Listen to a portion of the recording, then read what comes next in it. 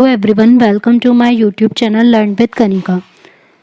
आज हम करेंगे जो संडे को यूपी टेट का एग्ज़ाम होने वाला है उसके लिए मॉडल पेपर। तो उसमें पूरे उसके 150 क्वेश्चंस देखेंगे। तो आज की क्लास में हम इसका पार्ट 1 करेंगे जिसमें हम इसके हाफ 75 क्वेश्चंस करेंगे। इसके बाद कल की क्लास में फिर 75 क्वेश्चंस करेंगे।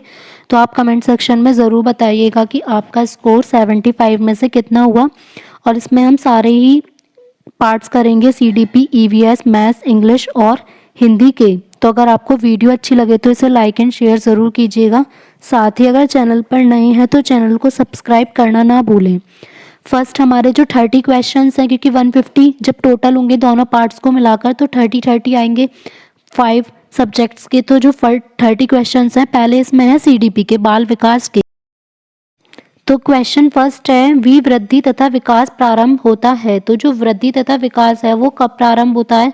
बचपनावस्था से या बाल्यावस्था भी बोल सकते हैं, गर्भावस्था से, शैशवावस्था से या बाल्यावस्था से।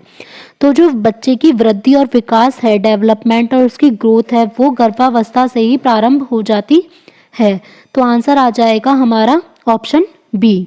नेक्स्ट है ईश्वर भाई पटेल समिति 1977 1977 ने किस वर्ग तक के लिए पाठ्यक्रम की संस्तुति की थी? तो ये बताना है। जैसे समिति जो कमेटी होती है उनसे भी क्वेश्चंस पूछा जाता है। तो ईश्वर भाई पटेल जो कमेटी थी, और ये पूछ सकते हैं इसका ईयर, तो 1977। तो इन्होंने किस वर्ग तक के लिए जो करिकुलम था, सिलेबस था, उसकी संस्तुति की थी, ये बताना है। वर्ग 1 से 4 तक के लिए, वर्ग का मतलब है यहाँ पर क्लास 1 से 4 तक के लिए, या क्लास 2 से 8 तक के लिए, 3 से 8 तक के लिए, या 1 से 8 तक के लिए। तो ये किसके लिए थी? क्लास 1 से 8 तक के लिए। तो आंसर क्या हो जाएगा हमारा? Option D. नेक्स्ट है मानव जीवन की अपरिपक्व अवस्था होती है। तो अपरिपक्व कौन सी होती है? हमारी जो मानव जीवन की व्यवस्था होती है तो वो कौन सी होती है? बचपन, चाइल्डहुड। तो आंसर होगा ऑप्शन सी, जिसमें हम मैच्योर नहीं होते हैं। कुछ ज्ञात सत्य से अज्ञात तक पहुंचने की प्रक्रिया है। तो जो चीज़ हमें पता होती है उससे जो नहीं पता है उस तक पहुंचने की जो प्रक्रिया है उसको हम क्या कहते हैं? उसको कहते हैं अनुमान करना, मतलब गैस करना कि जो हमें पता है तो उससे हम जो नहीं पता उस तक पहुंचने की प्रक्रिया को कहेंगे गैस करना। Option A. आधुनिक शैक्षिक दार्शनिक इस बात को तैयार हैं कि स्कूली बच्चों में मतारोपण आवश्यक है अगर स्कूल के बच्चों में समाज के सशक्त दृष्टिकोण को ढालना है। तो आंसर होगा ऑप्शन बी। नेक्स्ट है एक अच्छा अध्यापक वह है जो कक्षा शिक्षण में अधिक ध्यान देता है। तो किस पर ध्यान देता है? सभी छात्रों पर या केवल कमजोर छात्रों पर, मीन्स वीक स्टूडेंट पर, या प्रतिभाशाली छात्रों पर, या निर्धन और अपंग छात्रों पर?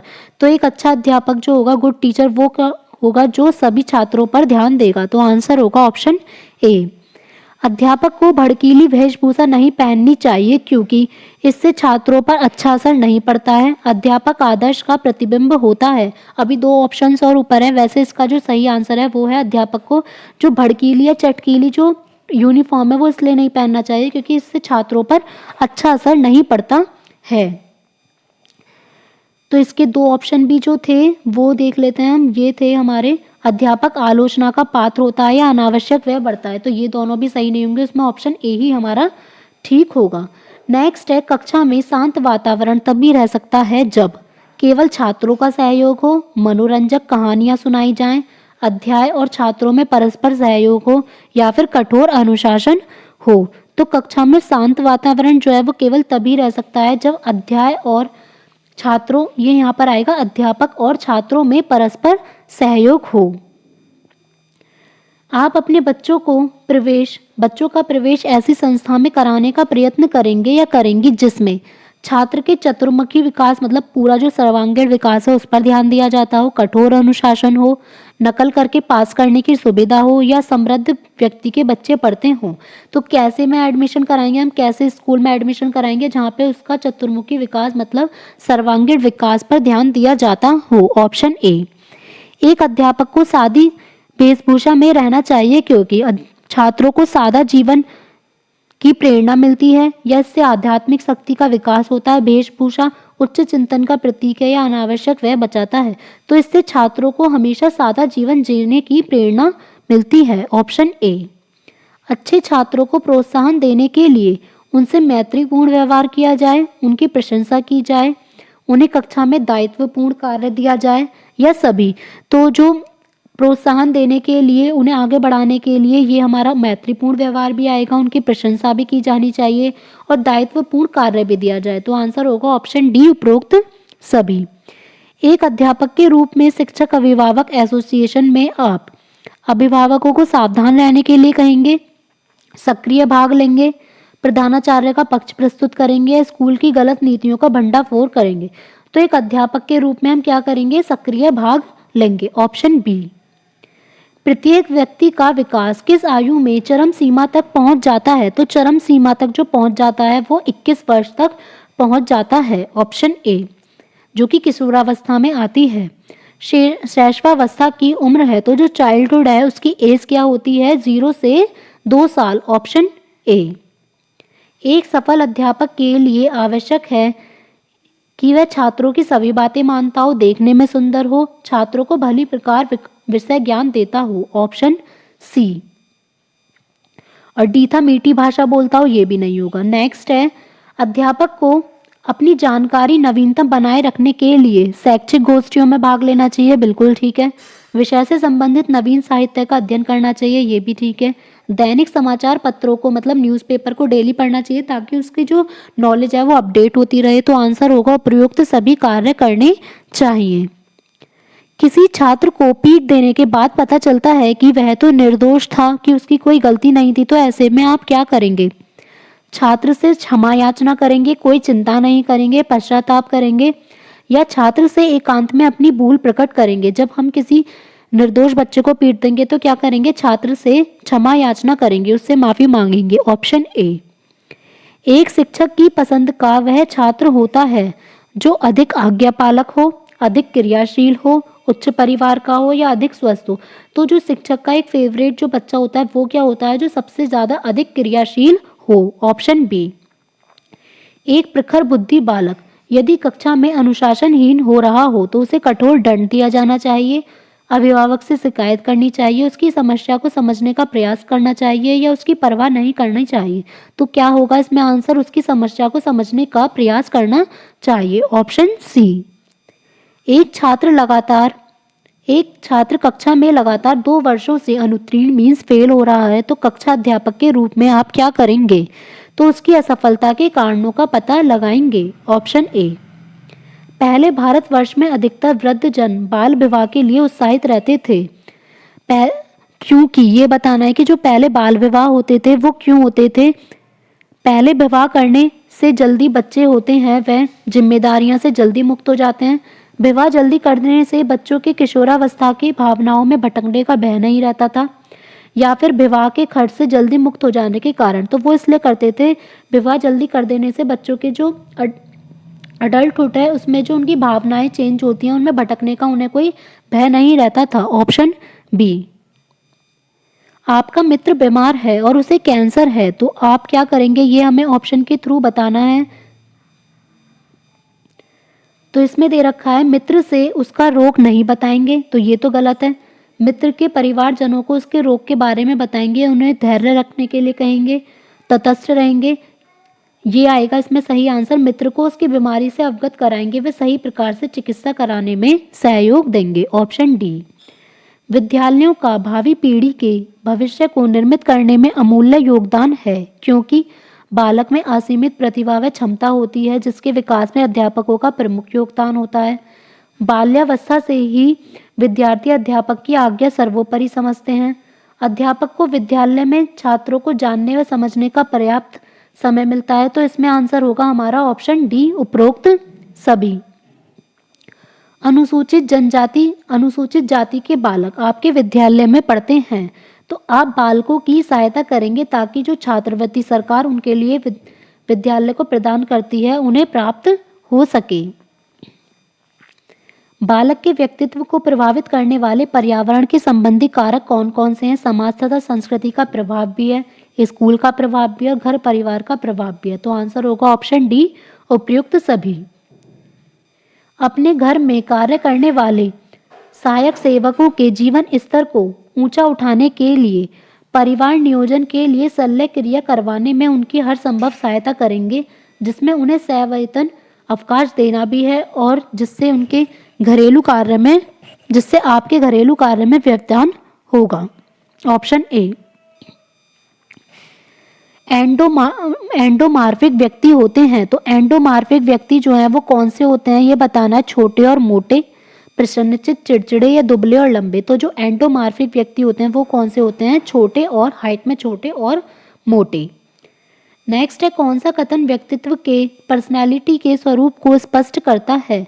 तो व्यक्तित्व के समग्र गुणों का समन्वय ही व्यक्तित्व है। नेक्स्ट है, मुझे ऐसे अवसरों पर प्रसन्नता होती है जब समाज सेवा का अवसर मिले, अधिकारियों के घर पर उत्सव में निमंत्रण मिले, सरकारी गोष्ठी में भाग लेना हो या राजनीतिक व्यक्ति के स्वागत का अवसर मिले। तो मुझे ऐसे अवसरों पर प्रसन्नता होती है, खुशी मिलती है जब समाज सेवा का अवसर मिले। यदि आपसे किसी गंभीर विषय पर भाषण देने के लिए कहा जाए तो आप इसी विषय पर मित्रों से सलाह लेंगे, स्पष्ट मना कर देंगे, कुछ दूरी का समय मांगेंगे या सहर्ष तैयार हो जाएंगे। तो यह है कि सहर्ष तैयार हो जाएंगे। Option D.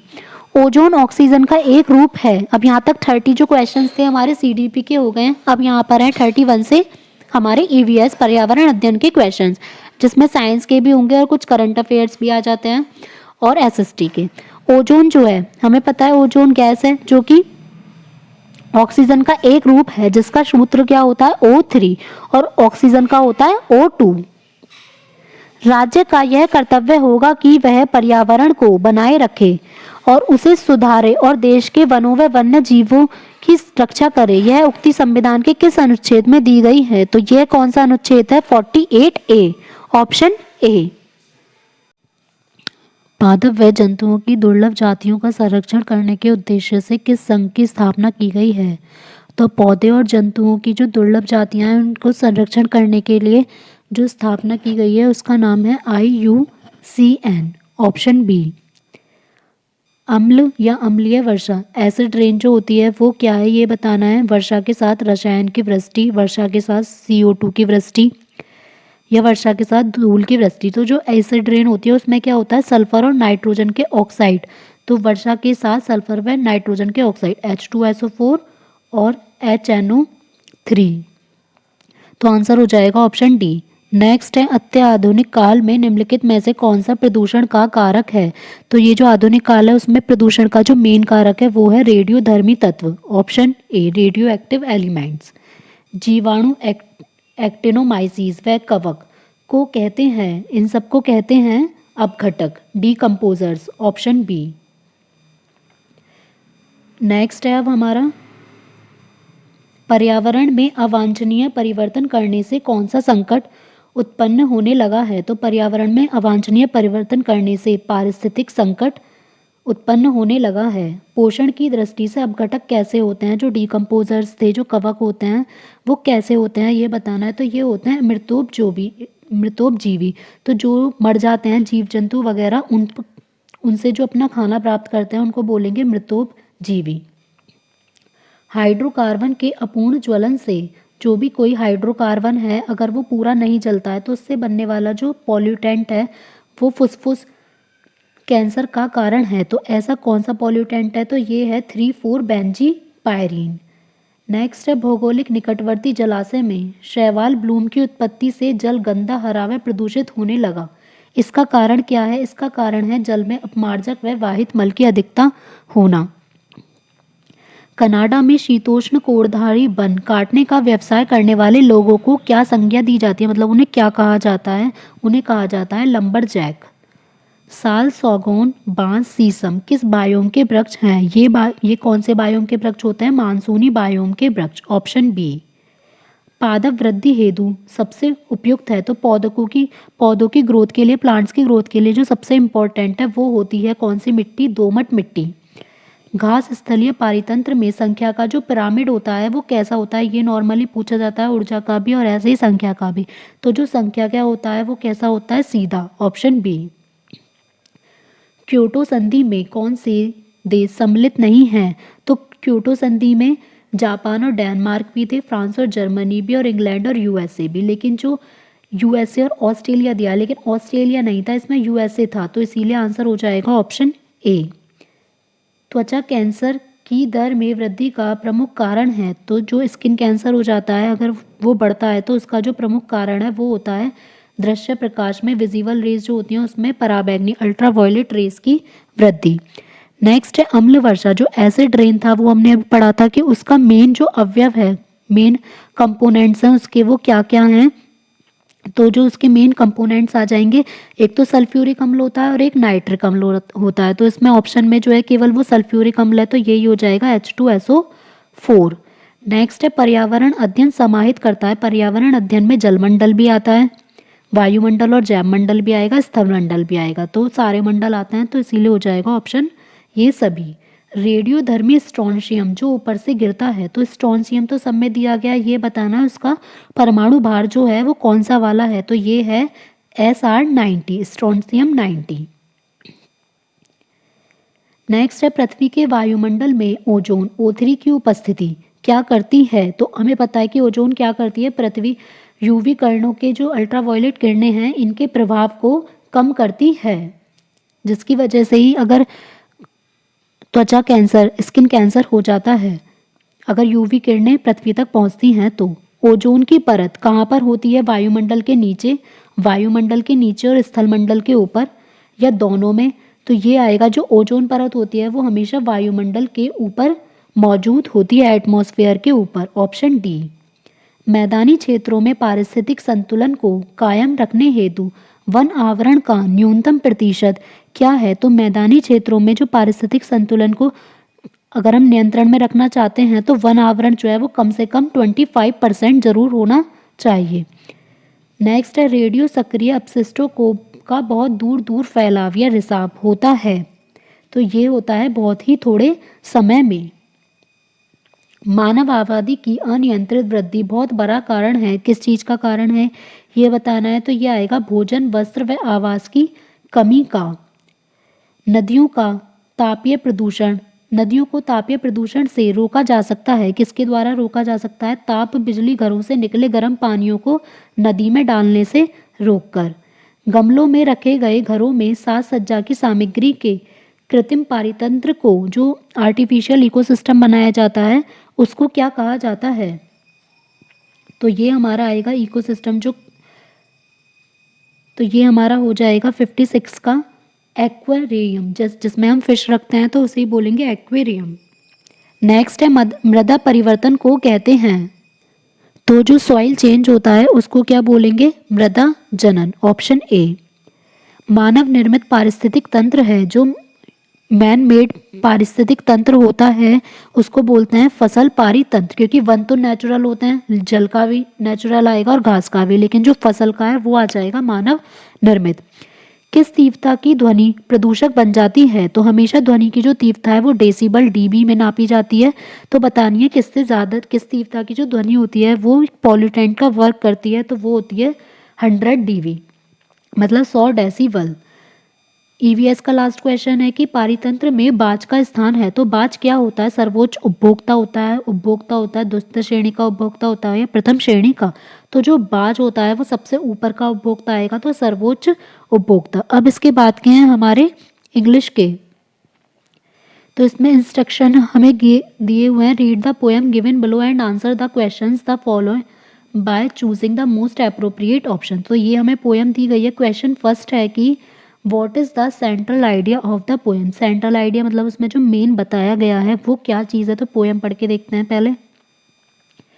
We scatter seeds with careless hand and dream we never shall see them more but for 1,000 years their fruits appears in weeds that mar the land or healthful store. The deeds we do, the words we say, into still air they seem to float.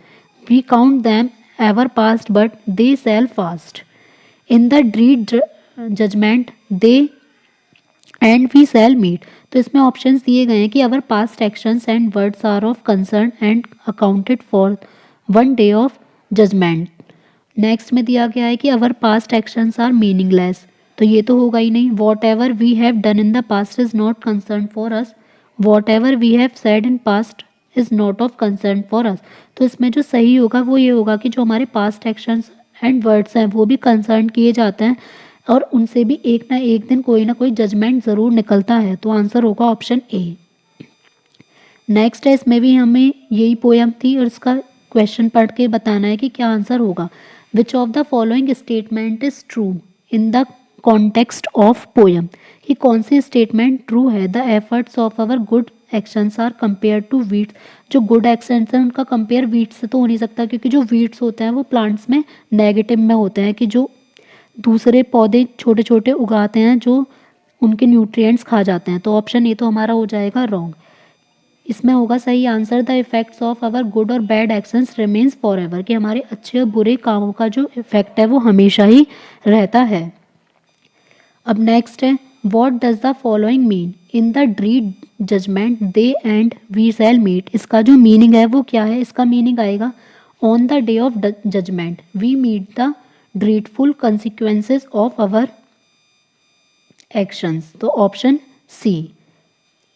Next है, अब यहाँ तक थे तो हमारे poem के next है instructions. In the following questions 4 और 5 alternatives are given for the meaning of the given idiom या फ्रेज। उसका मीनिंग दिया गया है। Choose the alternative which best expresses the meaning of idiom या फ्रेज। जो ईडियम फ्रेज है उसका हमें बेस्ट मीनिंग चूज करना है। Reading between the lines I realise that my friend wanted to keep something from me. तो जो इसका होगा हमारा सही वो कौन सा होगा। Looking for meanings that are not actually expressed, option C. Next में भी हमारा ईडियम फ्रेज है sometimes it happens that we have to give the devil his due. तो इसमें हमारा होगा to give credit to even a notorious person. 66 है, the king had been made to eat humble pie. तो इसका हमारा आएगा टू हैव टू एपोलाइज, की किसी से क्षमा मांगना। द लाइन विच अब नेक्स्ट में हमें इंस्ट्रक्शंस दिए गए हैं, यहाँ तक ईडियम फ्रेज का था। इन the following questions out of 4 alternative choose the one which can be substituted for the given word या सब्सटेंस सेंटेंस। तो जो हमें सेंटेंस दिया गया है उसकी जगह वर्ड सब्सटीट्यूशन हमें करना है। The line which a plug cuts in the ground. तो जो लाइन हमें कट की जाती है ग्राउंड में वो बतानी है, तो वो कौन सी हो जाएगी, फ्यूरो, ऑप्शन बी। नेक्स्ट है, a man who pays too much attention to his clothes and personal appearance. जो आदमी अपने क्लोज और पर्सनल अपीयरेंस पर ज़्यादा ध्यान देता है तो उसको बोला जाता है डैंडी। नेक्स्ट है इंस्ट्रक्शंस में in the following questions the first and the last sentence of the passage are numbered 1 and 6। First और लास्ट सेंटेंस को नंबर डाला गया है 1 and 6। The rest of the passage is to split into 4 parts. बाकी का जो passage है उसको 4 पार्ट में डिवाइड कर दिया गया है PQRS, और वो प्रॉपर ऑर्डर में नहीं दिए गए हैं हमें, तो हमें वो उसको कॉम्बिनेशन बताना है कौन सा करेक्ट होगा, मीन्स उसको सही पैराग्राफ। फर्स्ट सेंटेंस है Jawaharlal Nehru was born in Allahabad on 14 नवंबर 1880, और लास्ट दिया गया है ही डाइड ऑन 27 मई 1964। तो उनका बर्थ दे दिया और डेथ का दे दिया है, तो बीच के जो PQRS हैं वो हमें अरेंज करना है। तो बर्थ के बाद हमारा क्या आएगा, फिर होएगा उनकी स्टडी के लिए, तो हमारा हो जाएगा क्यू वाला। In 1905 he was sent to London to study at school called Harrow. Next होगा, अब उनकी पढ़ाई के बाद होगा उनका मैरिड का, तो एस आ जाएगा ही मैरिड कमला कोल इन 1915। फिर नेक्स्ट आएगा हमारा नेहरू मीट महात्मा गांधी इन February 1920, और ही बिकेम द फर्स्ट, क्योंकि प्राइम मिनिस्टर तो बाद में बने थे तो इसीलिए आर बाद में आएगा। He became the first prime minister of independent India on 15 अगस्त 1947। तो आंसर हो जाएगा हमारा ऑप्शन डी QSPR। नेक्स्ट है, इसमें भी हमें यही दिया गया है, तो पहले वाला हमें देखना है, ये है in the other words grammar grows and changes and there is no such thing as correct use of English for the past, the present and future। अब लास्ट हमें सेंटेंस दिया गया है यहाँ पर all the words that man has invented are divided into 8 class। तो इसलिए हमें देखना होगा इसमें कि हमारा कौन सा वाला करेक्ट वन होगा। तो इसमें पहले आएगा for example in Shakespeare's play Hamlet there is the line, तो हमारा पहले हो जाएगा एस। फिर नेक्स्ट हमारा होगा the door is broke, the door is broke. Next होगा हमारा एस हो गया, पी हो गया, फिर उसके बाद हमारा आ जाएगा today only an uneducated person would say my arm is broke. और लास्ट हमारा होगा yet this would have been correct in Shakespeare's time. तो हमारा जो करेक्ट वन होगा इसमें हो जाएगा S P R Q, option A. Next है रीड द फॉलोइंग पैसेज, ये हमें पैसेज दिया गया है और उसके अकॉर्डिंग हमें इसके सही आंसर करने होंगे। फर्स्ट क्वेश्चन है what is the main theme of the passage, जो इसकी थीम है वो क्या होगी पैसेज की। तो ये जो पैसेज है ये हमें दिया गया अवेयरनेस के ऊपर। Our awareness of time has reach such a pitch of intensity that we suffer acutely whenever our travels take us into some corner of the world where people are not interested in minutes and seconds। तो ये time से related हमें दिया गया है, तो ये क्या हो जाएगा हमारा, इससे ही पता चल रहा है ऑप्शन डी से, awareness of time in the modern industrial world. Next है the orientals was alien to, तो जो ओरिएंटल्स हैं वो किसके लिए बुरे हैं, तो वो हैं the notion of time as a collection of minutes. Next है a person who belongs to pre industrial world, तो उसके लिए हमें सेंटेंस कंप्लीट करना है, तो ये क्या होगा, does not care about each minute. According to the author, according to the author हमें बताना है कौन सा सही होगा, तो इसमें होगा अमेरिकन्स और the English man are punctual. तो इस पैराग्राफ में दिया गया है कि जो अमेरिकन्स और इंग्लिश मैन हैं वो टाइम से लिए पंचुअल होते हैं। तो आज की क्लास में हमने यहाँ तक का ये कंप्लीट कर लिया है, इसके आगे के जो यहाँ से हैं वो कल की पार्ट 2 में करेंगे। तो अगर आपको ये यहाँ तक का पार्ट 1 अच्छा लगा हो तो वीडियो को लाइक एंड शेयर ज़रूर कीजिएगा। साथ ही अगर चैनल पर नए हैं तो चैनल को सब्सक्राइब करना ना भूलें। Thank you.